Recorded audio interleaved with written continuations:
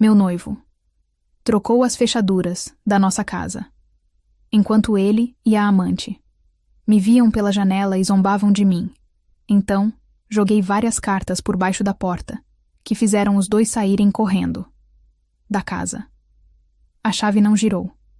Tentei de novo, forçando um pouco, o metal gelado resistindo contra a minha mão. Um suor frio começou a brotar na minha testa, mas não era pelo calor da tarde. Era um pânico gelado que subia pela minha espinha. Olhei pela janela de vidro ao lado da porta, e foi quando os vi. Paulo, meu noivo, o homem com quem eu planejava passar o resto da minha vida, estava lá, parado na sala de estar. Ao seu lado, Luísa, sua melhor amiga, tinha um sorriso presunçoso no rosto. Ele me viu a chave inútil na minha mão e então olhou para Luísa. E os dois começaram a rir. Não era uma risada alta, mas uma zombaria cruel, silenciosa, que atravessou o vidro e me atingiu como um soco no estômago. Minhas pernas fraquejaram. Aquela era a minha casa. Os móveis lá dentro, eu que escolhi. A cor das paredes, eu que decidi. Meu coração, ele estava esmagando debaixo dos seus pés. Mas enquanto eles riam, minha dor começou a se transformar em outra coisa. Uma fúria fria e calculista. Minha mão apertou os envelopes que eu segurava. Eles não sabiam o que eu tinha ali. Eles achavam que tinham vencido. Mal sabiam eles que a guerra estava apenas começando. Minha mente viajou no tempo, para 1 ano e meio atrás, quando tudo era um sonho. Eu tinha 33 anos e, sinceramente, já havia perdido um pouco da esperança no amor. Tinha tido alguns namoros que não deram certo e estava focada na minha carreira como designer de interiores. E então, Paulo apareceu. Ele era cliente da empresa onde eu trabalhava, um homem charmoso, de fala mansa e um sorriso que parecia iluminar qualquer ambiente. Ele era carinhoso, atencioso, o tipo de homem que abre a porta do carro e manda mensagem de bom dia todas as manhãs. Eu me apaixonei rápido, de forma avassaladora. Ele dizia que se perdia nos meus olhos castanhos e adorava a forma como meu cabelo preto e longo caía sobre meus ombros. Em poucos meses, eu estava apresentando-o para meus pais. Eles foram educados, mas eu via a preocupação em seus olhos. Meu pai, um homem de poucas palavras, mas muito sábio, me chamou para conversar um dia. "Sara, minha filha", ele disse com a sua voz calma. "Esse rapaz parece ser um bom homem. Mas vocês se conhecem há tão pouco tempo. Um noivado é um passo muito sério. Você tem certeza?" "Tenho, pai. Eu nunca tive tanta certeza de algo na minha vida", respondi, com a confiança cega de quem está apaixonada. "Eu o amo." Minha mãe concordou com meu pai. "Só queremos a sua felicidade, querida. Mas o amor, às vezes, nos impede de ver as coisas com clareza. Vão com calma." Eu agradeci o conselho, mas não dei ouvidos. Para mim, eles não entendiam a conexão que eu e Paulo tínhamos. Era única, especial. Com 1 ano de namoro, ele me pediu em casamento. Foi um momento mágico, num jantar romântico que ele preparou. Eu chorei. Disse sim, umas 1000 vezes, e me senti a mulher mais sortuda do mundo. Foi aí que Luísa entrou ainda mais na nossa vida. Eu já a conhecia, claro. Ela era a inseparável melhor amiga de Paulo. No começo, eu gostava dela. Parecia animada com o nosso casamento, sempre disposta a ajudar. "Amiga, que tal esse modelo de convite?" ela dizia, mostrando opções no celular. "Sara, já pensou nas flores da decoração? Orquídeas brancas ficariam divinas." Ela estava em todos os detalhes, sempre com um sorriso no rosto. Eu, na minha inocência, via aquilo como amizade, como um apoio. Certo dia, estávamos nós 3 tomando um café e Luísa tocou num ponto delicado. "Sara, agora que vocês vão casar, você não pode mais continuar morando com seus pais, né? Um casal precisa do seu próprio ninho de amor, do seu espaço." A ideia me atingiu em cheio. Era verdade. Eu amava morar com meus pais. Mas ela tinha razão. Um casamento significava uma nova vida, e essa vida precisava de um novo lar. Conversei com Paulo sobre isso mais tarde. Ela tem razão, meu amor, ele disse, me abraçando. Precisamos da nossa casa, imagina? A gente acordando juntos, preparando nosso café, decorando cada cantinho do nosso jeito. O sonho era lindo, mas a realidade era dura. Paulo, isso é maravilhoso, mas... como? Nenhum de nós tem dinheiro guardado para dar entrada numa casa. Com os custos do casamento, estamos no limite. Ele ficou pensativo. Eu sei, meu bem. Eu sei. Mas a gente dá um jeito. Juntos, a gente sempre dá um jeito. Naquela noite, a semente que Luísa plantou começou a germinar na minha mente. A ideia de ter uma casa nossa se tornou uma obsessão, o símbolo máximo da nossa futura felicidade. Eu estava tão focada nesse sonho, tão envolvida nos preparativos do casamento e na figura perfeita de Paulo, que não percebia as pequenas rachaduras que já começavam a aparecer na base da nossa história. Eu não via o jeito que os olhos dele às vezes seguiam Luísa por tempo demais, nem a forma como eles trocavam mensagens que o faziam sorrir de um jeito diferente. Para mim, era tudo parte do pacote. O noivo perfeito e sua melhor amiga, que agora era minha amiga também. Mal sabia eu que nos bastidores do meu sonho, eles estavam construindo o meu pior pesadelo. A conversa sobre a falta de dinheiro para comprar uma casa deixou um peso no ar entre mim e Paulo, mas não abalou nosso amor. Pelo contrário, parecia mais um desafio que enfrentaríamos juntos. Naquele fim de semana, fui almoçar na casa dos meus pais, como sempre fazia aos domingos. Eu estava mais quieta que o normal, e minha mãe, com seu radar infalível, percebeu na hora. "O que foi, minha filha? Você mal tocou na comida", ela disse, colocando uma mecha do meu cabelo atrás da orelha. Respirei fundo e desabafei. Contei sobre a conversa com Luísa, sobre o sonho de ter nossa casa e a dura realidade de que não tínhamos como pagar. Não pedi nada, apenas dividi minha angústia. Meu pai, que ouvia tudo em silêncio do outro lado da mesa, limpou a boca. Com um guardanapo, olhou para minha mãe e depois para mim. "Sara", ele começou, com um tom sério que sempre me fez prestar atenção. "Sua mãe e eu conversamos muito sobre o seu casamento, sobre o seu futuro. Nós economizamos a vida inteira para garantir que vocês, nossos filhos, tivessem uma boa vida." Ele fez uma pausa, e meu coração começou a bater mais rápido. "Nós vamos dar a casa de vocês como presente de casamento." Eu fiquei paralisada. As palavras dele ecoaram na sala. "O quê?" "Não, pai, de jeito nenhum. É muito dinheiro. Eu não posso aceitar uma coisa dessas. Nós damos um jeito, nós trabalhamos, nós..." "Filha, aceite", minha mãe interrompeu com os olhos marejados. "Você sempre foi uma filha maravilhosa. Sempre nos deu orgulho.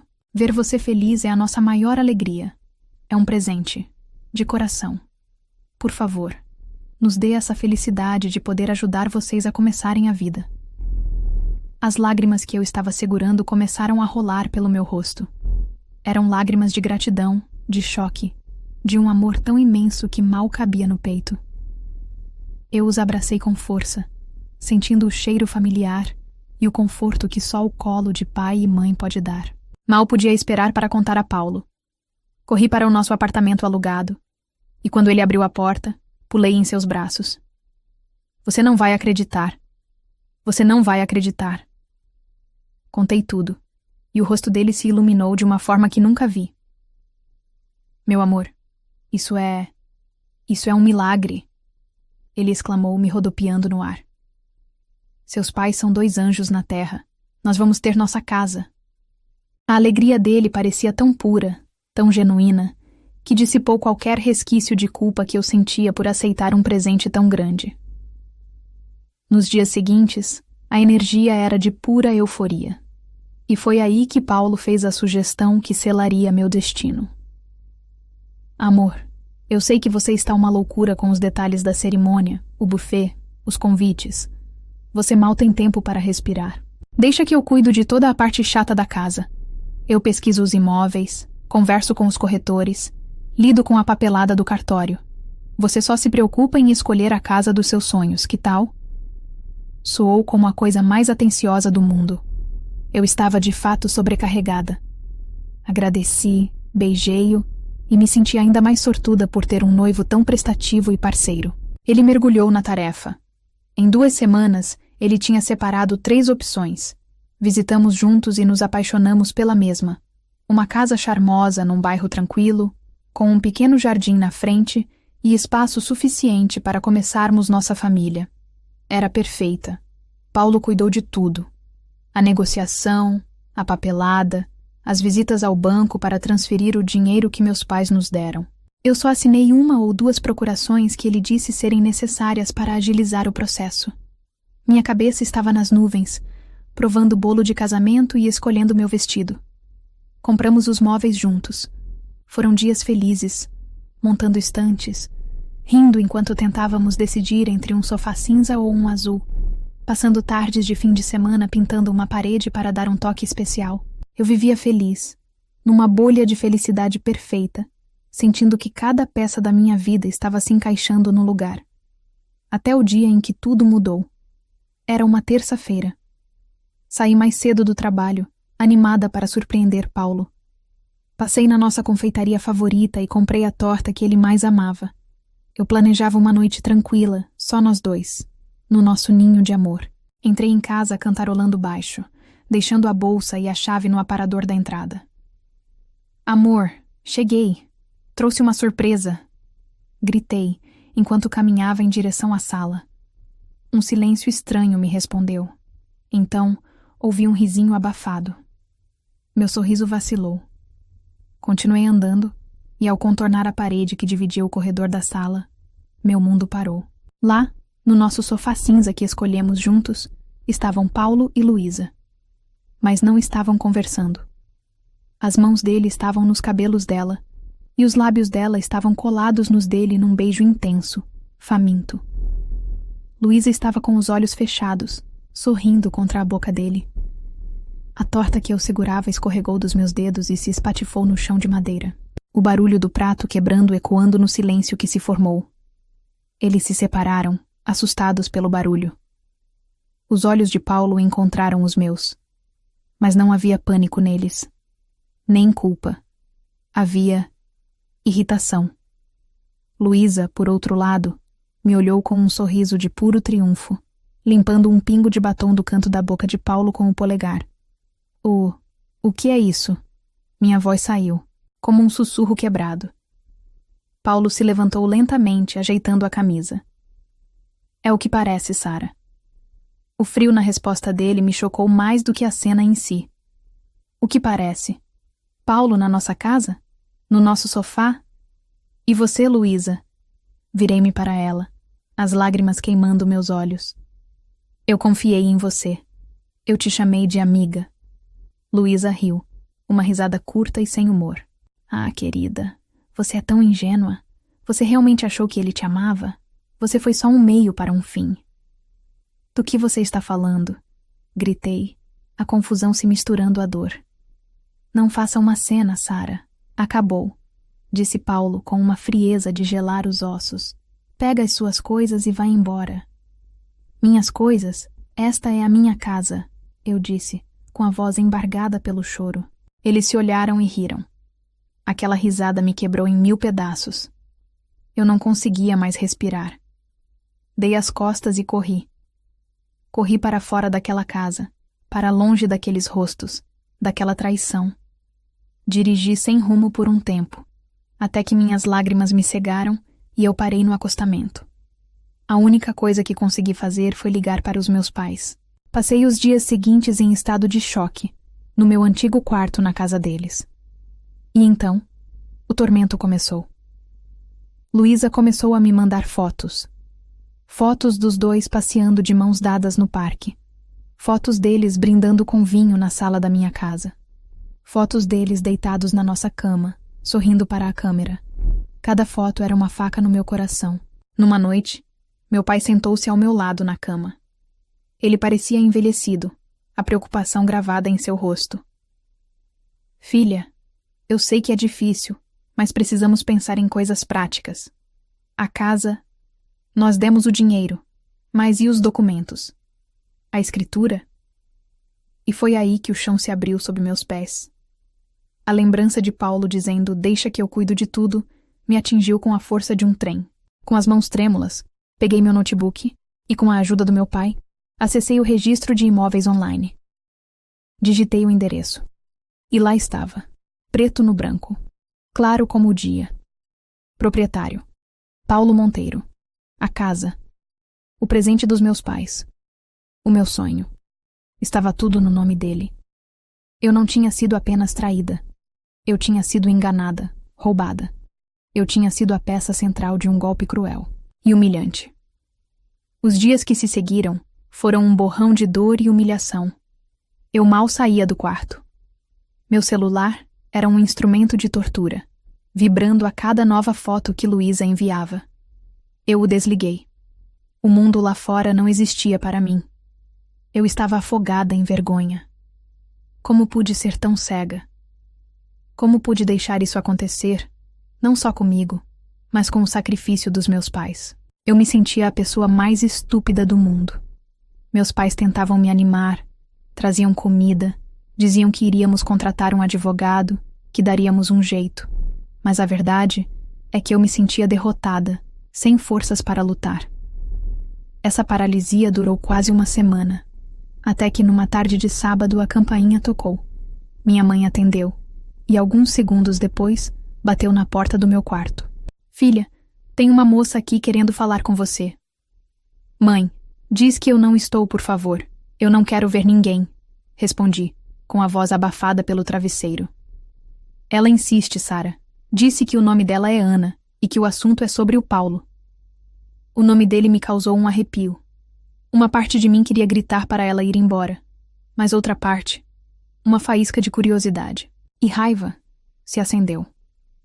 Arrastei-me para fora da cama e desci as escadas. Na sala estava uma mulher que eu nunca tinha visto. Ela era um pouco mais velha que eu, talvez uns 38 anos, com um olhar cansado, mas incrivelmente determinado. "Sara?" ela perguntou, se levantando. "Meu nome é Ana, e antes que você diga qualquer coisa, eu preciso que saiba que eu não estou aqui para te machucar. Pelo contrário, eu sou uma ex-namorada do Paulo, e eu sei exatamente o que você está passando." Fiquei em silêncio, estudando-a. Minha primeira reação foi desconfiança. Poderia ser mais um dos jogos cruéis deles? Como se lesse minha mente, ela continuou. "Eu sei que parece loucura, mas me dê 5 minutos. Se depois disso você quiser que eu vá embora, eu vou." Eu assenti e nos sentamos. O que ela me contou nos minutos seguintes fez o meu sangue gelar.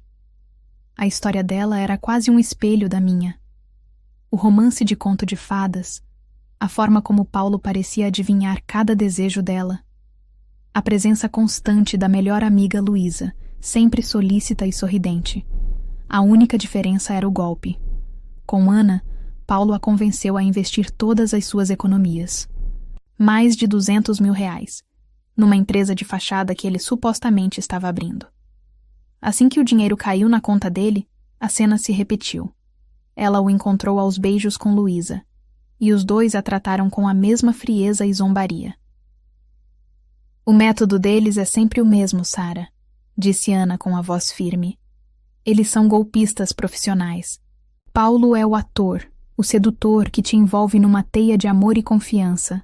Luísa é a estrategista, a falsa amiga que te estuda, descobre suas vulnerabilidades e ajuda a planejar o golpe. Seja uma casa, um investimento, um carro de luxo, eles encontram o seu ponto fraco e atacam." Tudo começou a fazer sentido. As peças do quebra-cabeça se encaixaram de forma aterrorizante. "E a parte final?"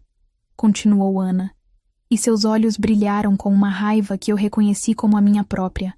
"A humilhação, as fotos, a crueldade, isso é calculado. É para nos destruir psicologicamente.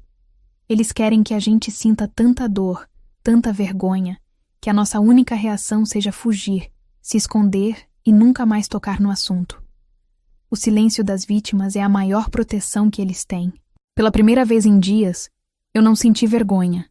Senti fúria. Uma fúria que clareou minha mente e secou minhas lágrimas. Eu não estava sozinha. Eu não era estúpida. Eu era uma vítima. Eles me mandam fotos todos os dias, confessei, com a voz trêmula de raiva. Para mim também mandaram, durante um mês inteiro, ela respondeu. Mas eu decidi que não vou mais ser vítima. Eu comecei a procurar. Redes sociais, amigos de amigos, e encontrei outras. Somos 4, com você. Meu queixo caiu. 4 mulheres. 4 vidas viradas de cabeça para baixo pelo mesmo casal de monstros. O que nós vamos fazer? Perguntei, e ao fazer essa pergunta, senti uma mudança dentro de mim. O eu derrotado havia se tornado um nós pronto para a batalha. Um pequeno sorriso surgiu no canto dos lábios de Ana. Agora você está falando a minha língua. Nós vamos nos unir. Vamos juntar tudo o que temos contra eles e vamos destruí-los. Naquela mesma noite, Ana me adicionou a um grupo de mensagens. O nome do grupo era Justiça. Lá, conheci virtualmente a Camila, uma médica que foi convencida a financiar um carro de luxo no nome dela, para Paulo trabalhar, e a Júlia, uma advogada que fez um empréstimo pessoal de valor altíssimo para ele, quitar uma dívida de família. Cada história era um soco no estômago, mas também um tijolo na muralha que estávamos construindo. A vergonha deu lugar à solidariedade. A dor deu lugar a um plano. Nos dias seguintes, nossa vida se tornou uma operação de guerra. Criamos uma pasta compartilhada online e começamos a despejar tudo lá. Eram centenas de arquivos. Eu enviei os comprovantes da transferência que meus pais fizeram, os prints de todas as mensagens de Luísa, as fotos que ela mandou e um relato detalhado de como Paulo me manipulou para cuidar da compra da casa sozinho. Ana enviou os documentos da falsa empresa e os extratos bancários dela. Camila enviou o contrato de financiamento do carro e as multas que chegavam em seu nome. Júlia, com seu conhecimento jurídico, nos ajudou a organizar tudo em pastas separadas, criando um dossiê para cada uma de nós. Eram provas irrefutáveis de um padrão criminoso. Estelionato sentimental, apropriação indébita, coação. Os crimes tinham nome. Depois de uma semana de preparação intensa, o dia chegou. Marcamos de nos encontrar em frente à delegacia central. Vê-las pessoalmente pela primeira vez foi poderoso. 4 mulheres que não se conheciam, de profissões e vidas diferentes, unidas pela mesma cicatriz. Não havia mais lágrimas, apenas determinação. Entramos juntas, lado a lado. Pedimos para falar com o delegado de plantão. Fomos levadas a uma sala, onde um homem de aparência séria nos esperava. Ele nos olhou, talvez esperando uma queixa comum. Júlia, nossa advogada, tomou a frente. Doutor, nós estamos aqui para registrar 4 boletins de ocorrência contra as mesmas 2 pessoas, Paulo Monteiro e Luísa Ferraz. O delegado ergueu uma sobrancelha. Uma por uma, contamos nossas histórias.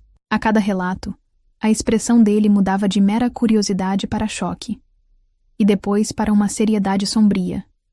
Quando terminamos, colocamos sobre a mesa dele 4 pastas volumosas, cada uma com nosso nome. Ele abriu a minha pasta, folheou os documentos, viu os prints das conversas cruéis de Luísa. Ele fez o mesmo com as outras. Ficou em silêncio por um longo tempo, apenas absorvendo a dimensão da crueldade e da organização dos golpes. Finalmente, ele nos olhou, não mais como vítimas, mas como aliadas. Senhoras, eu trabalho nesta delegacia há 20 anos e raramente vi um caso de estelionato com tantas provas e um padrão tão claro. O fato de vocês terem se unido, isso muda tudo. Eles nunca esperam por isso. Ele fechou a última pasta com um baque surdo sobre a mesa. Podem ter certeza de que vamos agir. E vamos agir rápido. Com isso aqui, eles não têm para onde fugir. Ao sair da delegacia, o sol da tarde nunca me pareceu tão brilhante.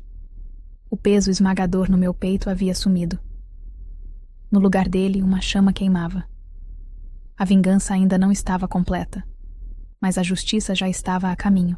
E eu sabia exatamente qual seria o meu próximo passo. 2 dias depois de sairmos da delegacia, eu sabia o que tinha que fazer. Não era mais sobre dor ou sobre um coração partido. Era sobre uma vida. Era sobre poder. Era sobre olhar meus algozes nos olhos e mostrar a eles que o tempo de rir de mim havia acabado. Vesti-me com uma calma que não sentia há meses. Peguei as cópias dos boletins de ocorrência, que a delegacia havia nos fornecido, e dirigi até a casa. A minha casa. Parei o carro na frente, respirei fundo e caminhei até a porta. Meu coração martelava no peito, uma mistura de medo e adrenalina. Coloquei minha chave antiga na fechadura, sabendo perfeitamente que não iria funcionar. Girei. Nada. Exatamente como eu esperava. A fechadura havia sido trocada. Foi o suficiente para chamar a atenção deles. Pelo vidro da janela, vi o vulto de Paulo se aproximar. Ele me viu ali, parada, com a chave inútil na mão. Um sorriso lento e cruel se espalhou por seu rosto. Ele se virou e chamou por Luísa. Em segundos, os dois estavam parados na janela, lado a lado, como dois imperadores olhando para uma plebeia.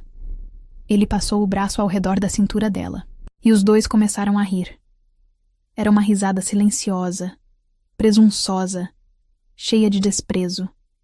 Eles estavam se deliciando com a minha suposta humilhação, com a minha derrota. Eles me viam como a ex-noiva patética, que voltou rastejando. E foi aí que eu fiz algo que eles jamais esperavam. Eu olhei diretamente para eles e ri também. Não uma risada de dor ou de loucura. Foi uma risada calma, confiante, quase divertida. O sorriso deles vacilou por um instante, confusos com a minha reação. Aquele não era o comportamento de uma vítima destruída. Então, com os olhos ainda fixos nos deles, me ajoelhei lentamente. Tirei do meu casaco um pacote grosso de envelopes brancos. Um por um, comecei a passá-los por debaixo da porta. O primeiro envelope deslizou, pelo piso de madeira. Depois o segundo. O terceiro. O quarto.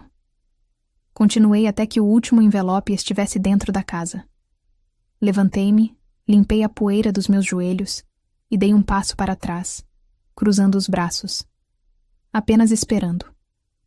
Vi Luísa dizer algo para Paulo, provavelmente alguma piada sobre cartas de amor desesperadas. Ele se afastou da janela e se abaixou para pegar os envelopes.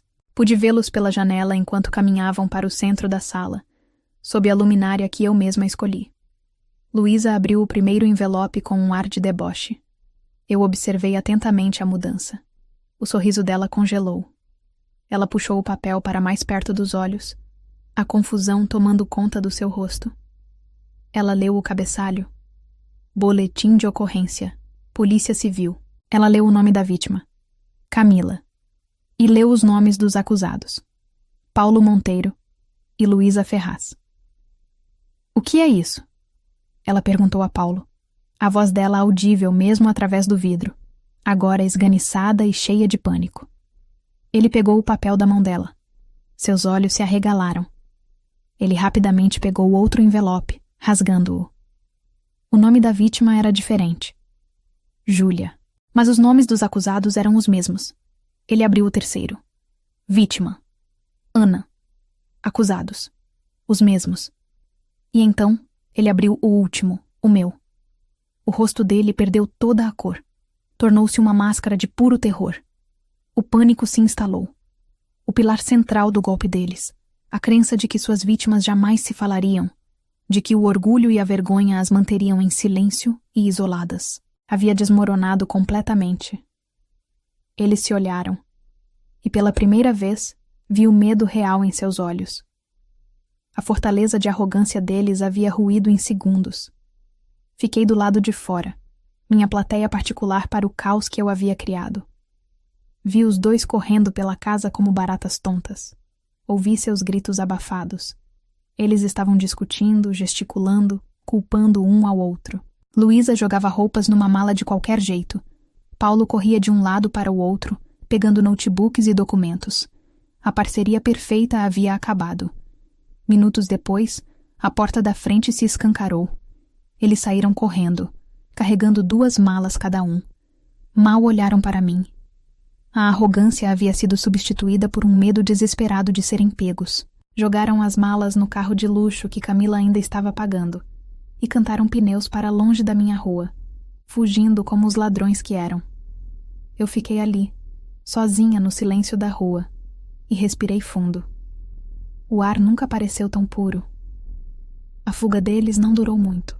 Com os boletins de ocorrência e um alerta emitido pela polícia, eles foram pegos numa barreira policial em uma cidade no interior. De outro estado, 3 dias depois. A notícia da prisão de uma dupla de golpistas do amor saiu em vários portais. As fotos deles, algemados e com os rostos abatidos, eram a minha verdadeira recompensa. O processo legal foi demorado, mas com a quantidade de provas que tínhamos, o resultado foi inevitável. Eles foram condenados. Todos os bens que estavam no nome deles, incluindo o dinheiro que ainda restava nas contas, foram congelados e usados para nos ressarcir. Ana, Camila e Júlia receberam seu dinheiro de volta. E a casa, comprada com o dinheiro dos meus pais e colocada fraudulentamente no nome dele, voltou para mim por ordem judicial. Meses depois, recebi a nova chave. Ao entrar na casa vazia, limpa de qualquer vestígio deles, senti uma paz imensa. Aquele lugar não era mais um memorial de dor e traição. Era um troféu, um símbolo da minha força. Fiquei parada na sala, olhando pela mesma janela onde eles zombaram de mim, e sorri. O passado tinha me deixado cicatrizes, mas também me ensinou uma lição inestimável. Eu sobrevivi, eu lutei e eu venci. O amor poderia sim, um dia bater à minha porta novamente. Mas da próxima vez eu seria muito, muito mais esperta ao decidir para quem abrir.